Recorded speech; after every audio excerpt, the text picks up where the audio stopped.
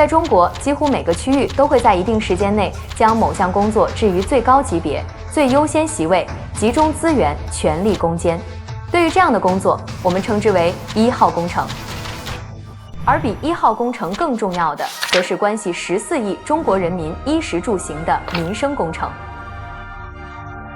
它默默运转了37年，让14亿人每天受益，却很少有人了解。它不追逐遥远的星辰大海，却稳稳托起了14亿人的人间烟火。它虽无钢筋铁骨的轰鸣巨响，却完成了长达37年不间断的民生坚守。在中国生活久了的人们，常常会忽略这项伟大工程为日常生活带来的翻天覆地的巨大改变。但每一位初到中国的外国友人，心中都始终怀揣着同一个深深的疑惑，那就是为什么中国人民能够以如此低廉实惠的价格购买到如此琳琅满目的新鲜蔬菜与水果。要知道，在全球其他许多国家，能够享用新鲜的蔬菜和水果从来都不是一件理所当然、唾手可得的事情。英国在冬季有高达 95% 的西红柿都依赖于进口，俄罗斯的西红柿价格能达到每公斤30元，芹菜的价格更是高达60元。日本超市里一份西瓜皮甚至能卖到5块钱。对于美国的普通民众而言，如果能够每天都吃上新鲜翠绿的蔬菜，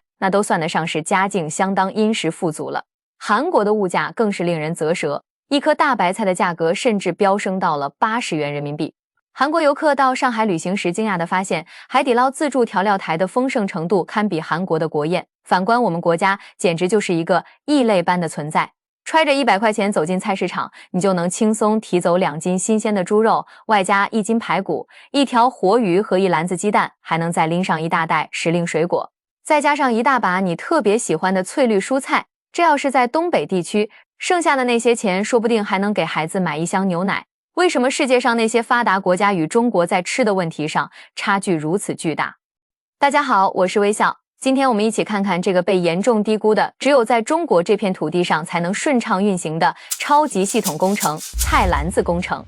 今天我们之所以能实现水果蔬菜自由，全是因为这项伟大的惠民事业。许多人或许难以想象，就在40年前，中国人在冬季的餐桌上与现今的景象截然不同，仿佛2个世界。在那个年代，中国绝大多数地区餐桌上的蔬菜种类总是那几样熟悉的：土豆、白菜、萝卜。每年深秋时节，家家户户便如同打仗一般排队争抢大白菜，一囤积就是好几百斤的重量。只有亲眼看到地窖里堆积如山的白菜，心里才会感到真正的踏实与安稳。在那个年代的北京东叶街道上，满眼望去全是运输白菜的浩荡车队。高峰期，连机关干部和解放军战士都要被动员去支援卖菜的工作。即便经过如此一番折腾，白菜价格依然得依靠政府拼命补贴才能稳住。可以说，在40年前，国家倾注了全国上下的力量，就是为了让普通百姓在寒冷的冬季能够吃上一口新鲜的蔬菜。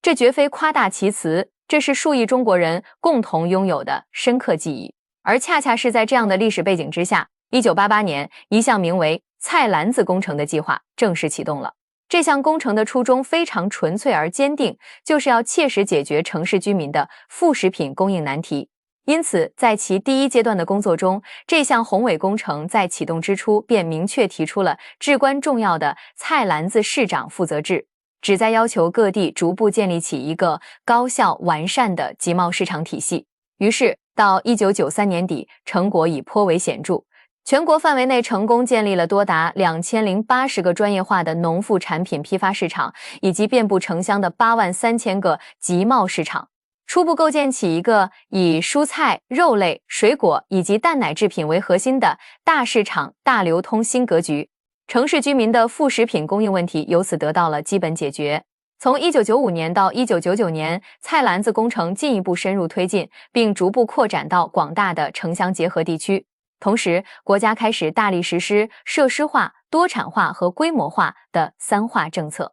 从那个时期开始，我们的蔬菜种植面积以及设施农业的面积便一路迅猛增长，设施农业由此得到了广泛普及，极大地丰富了蔬菜的品种与类型，确保全国各地1年4季都能吃到新鲜的绿叶蔬菜，构建了全国范围内高效调度的物流体系，其中包括了南菜北运、西菜东调等等一系列重要的菜篮子工程。极大地丰富了城市居民餐桌上的菜肴，让广大农民的收入变得更加可观和体面。第3个阶段就是从1999年到2009年这10年间，这一时期菜篮子工程进入了快速发展的新阶段，市场的供求形势从长期的短缺状态转向供求基本平衡的崭新阶段。在此期间，还发生了一件尤为关键且意义深远的大事。2001年4月，农业部正式启动实施无公害农产品行动计划，并强力将其推广至全国范围，在广大农村地区建立了规模宏大的无公害农产品生产基地。在这10年间，农业部经过评估认为，我国已基本迈入无公害农产品时期。例如北京，早在2005年就已率先行动，宣布96%的肉类和蔬菜类产品以及各类蔬果农副产品均达到无公害标准。从2010年一直到现在，菜篮子工程始终在持续不断的完善与进步。如今，我国蔬菜的总产量已经突破了8亿吨大关，这个数量比美国、英国、法国、俄罗斯、日本、韩国等全球其他所有国家的蔬菜产量总和还要多。我国设施农业的规模在全球所占的比例超过了80%，平均每人每天占有的蔬菜量超过了3斤，这使我国稳居世界绝对的第一梯队领先水平。这就是著名的菜篮子工程，它与其他工程截然不同，并非那种肉眼可见的宏伟壮丽，而是历经长达37年的不懈努力，默默实现了从数量保障到品质提升的巨大跨越。有人很疑惑，为什么这件事儿只有中国能做到？那些发达国家钱比我们多，技术不比我们差，为什么实现不了蔬菜自由呢？答案就藏在制度的根本差异里。西方国家的农产品供应链是被资本主导的，运转的核心逻辑是利润最大化，他们关心的是损耗率，是周转率，不是老百姓吃不吃得起菜。在这种逻辑下，不好卖的不卖，买不起的不服务，就成了必然结果。先以大漂亮为例，在自由国度，你吃什么不是由你自己决定，而是资本决定。市面上80%的肉都被4家跨国公司掌握，资本为了获取更多的利益，精心编排了穷人的饮食结构。为了让猪肉、牛肉快速生长肌肉，拿瘦肉精当饭喂，合成类的固醇当水灌。大漂亮们10个人里面就有4个患上超级肥胖，他们每天要吃大量的甜食和快餐，1斤面包半斤糖，一个小小苹果派都要裹满糖霜，巨无霸汉堡、超大份披萨、炸鸡汉堡当主食，这不是发达国家民众的福利，而是资本榨干普通人最后一丝价值的证据。而中国的底层逻辑则完全不同，没有谁比中国人更清楚民以食为天这5个字承载的重量，菜价波动从来都不是小事儿。与其说菜篮子工程是农业项目，不如说是关乎民生底线和国家安全的战略工程。菜篮子从一开始就被定义为公共产品，国家不计成本研发投入，稳定价格，保障粮食蔬菜供应，确保低收入群体一样能吃饱饭、吃好饭。而正是这个定位，才有了今天中国菜市场里几十上百种蔬菜随便挑，4季供应不断档，价格还便宜的让人不敢相信的奇迹。说到这儿，绝大多数人肯定觉得这项工程非常了不起，但肯定还会有极少数人觉得我又在吹牛了。为了能更具体化，微笑这里再拿日韩来细比一下，就能更加深刻体会到这项工程的伟大成就。这是日本超市货架上售卖的西瓜皮，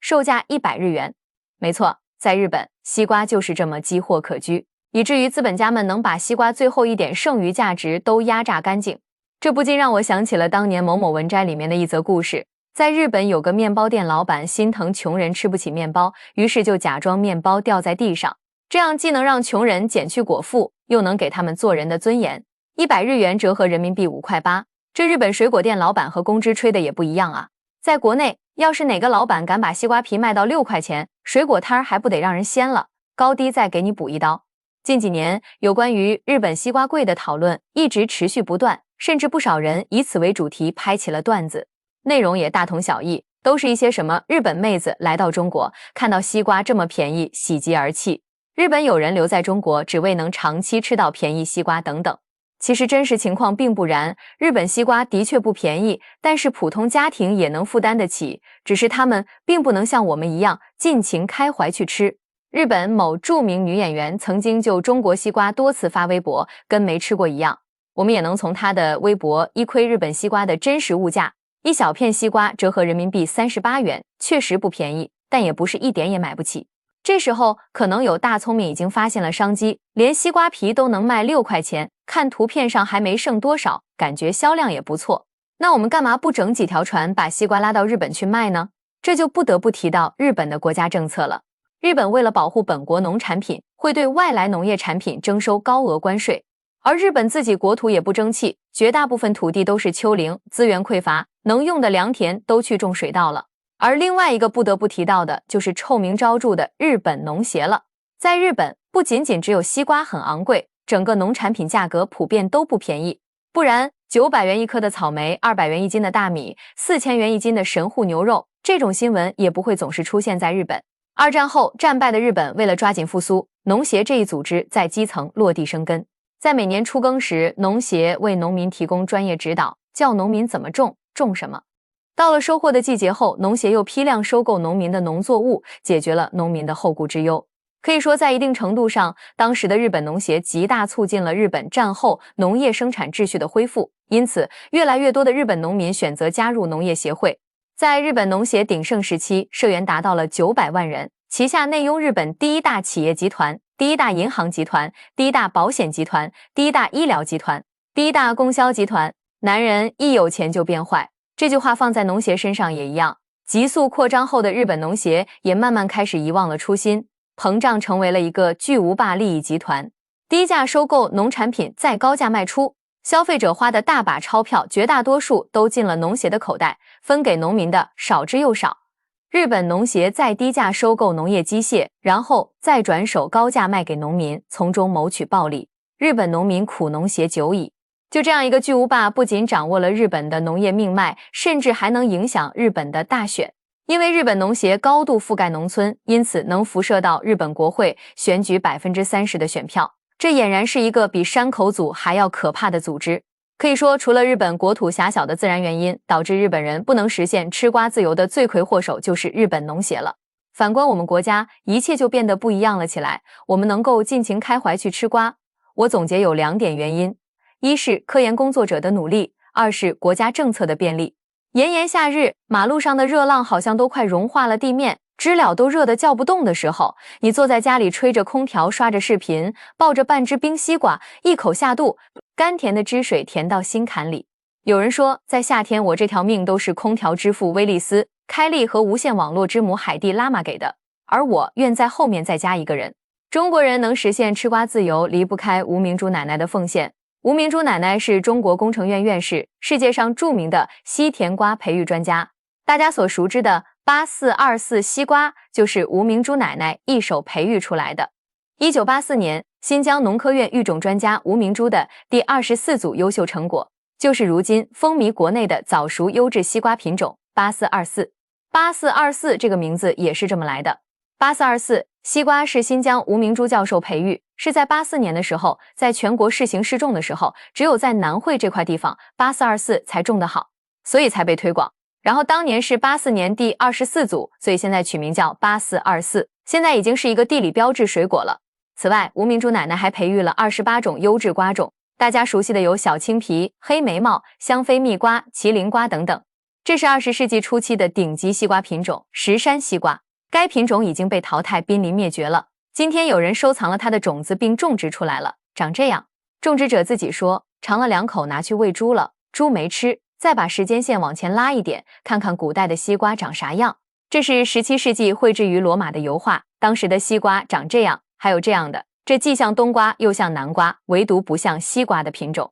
放到今天，强子还不得把你水果摊掀了，再给你一刀萨日朗，竟然还有这样的西瓜，这样的。看到这里，你能感受到我们现在有多幸福了吧？如今我们吃到的西瓜都是一代一代选育出来的优质品种，而这一过程则是饱含了吴明珠奶奶这些科研工作者无数的汗水。有了如此优秀的品种，农民伯伯们也是甩开了胳膊种。据统计，中国西瓜产量占世界70%，光中国每年就要吃掉8000万吨。就这还不够，每年我们还要从国外大量进口西瓜，以满足我们的吃瓜需求。值得一提的是，吴明珠奶奶和大家熟知的袁隆平院士还是同班同学。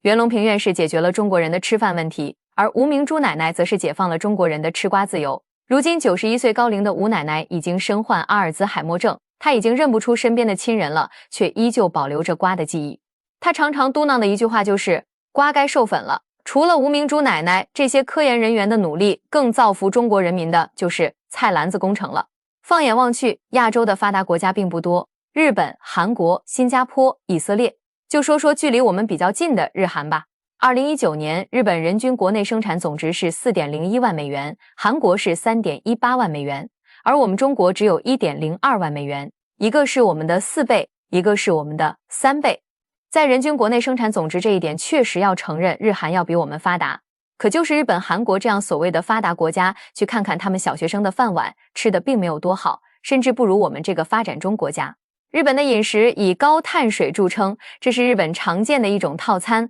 拉面加炒饭加煎饺，还有这种乌冬面加年糕。蔬菜和肉去哪儿了？各种饭团就不说了，一顿饭吃的全是大米和面制品，也从侧面说明了日本的蔬菜供应存在问题。韩国大家都知道的泡菜国，泡菜其实就是腌菜，他们当然知道泡菜没有营养，可是他们没有其他更好的选择。长期吃泡菜的韩国是世界胃癌发病率最高的国家。稍微来点台风或者雨季，韩国的蔬菜价格就会暴涨。去年10月，韩国蔬菜大幅度减产，价格飞速上涨，一颗大白菜居然卖出18260韩元，折合人民币107块钱一颗。而韩国人引以为傲的泡菜，也是农业薄弱的大环境下不得已的选择。韩国地理位置纬度高，气候较冷，冬天持续时间长，蔬菜种植注定无法大规模化，所以每到秋天时，韩国的家庭主妇都会开始为家人准备过冬的蔬菜，而能够长时间存放的泡菜就是他们的最佳选择。说白了，如果可以随时买到新鲜蔬菜，谁还愿意去吃那腌过的玩意儿？泡菜的流行正是韩国无法供应国民日常蔬菜消耗的体现。提到泡菜，就不得不说一下韩国人视为珍宝的所谓文化遗产了。为了和四川泡菜区分开来，韩国泡菜特地改名为新奇。其实有关于什么泡菜文化，我相信很多中国人都不会特别在意，唯独韩国人把这么普通的东西当个宝贝。不会吧，不会吧，不会真有一个国家把腌制食品文化当成宝吧？这不就是为了防腐和延长保质期的一种制作方式吗？好了，扯远了，回归正题。如今我们已经摆脱了社会主义初级阶段的主要矛盾，即人民日益增长的物质文化需要同落后的社会生产之间的矛盾。现在我们正朝着解决人民日益增长的美好生活需要和不平衡不充分的发展之间的矛盾而努力。我们得感谢袁隆平爷爷，感谢李振声院士，感谢吴明珠奶奶，感谢一切为之付出的中国人，更要感谢国家菜篮子工程。因为这种事儿在资本主导的市场里永远都不会发生，因为它违背了利润逻辑。蔬菜水果自由这看似普通的日常，背后的意义绝不逊色于各种前沿科技创造的成就。这是中国制度优势转化为民生福祉的最真实的样本，更是国家给人民带来的最大的底气。我相信明天会更美好。好了，本期内容到这里就结束了，我是微笑，希望得到你的订阅，让我们一起见证祖国的辉煌成就和美好未来。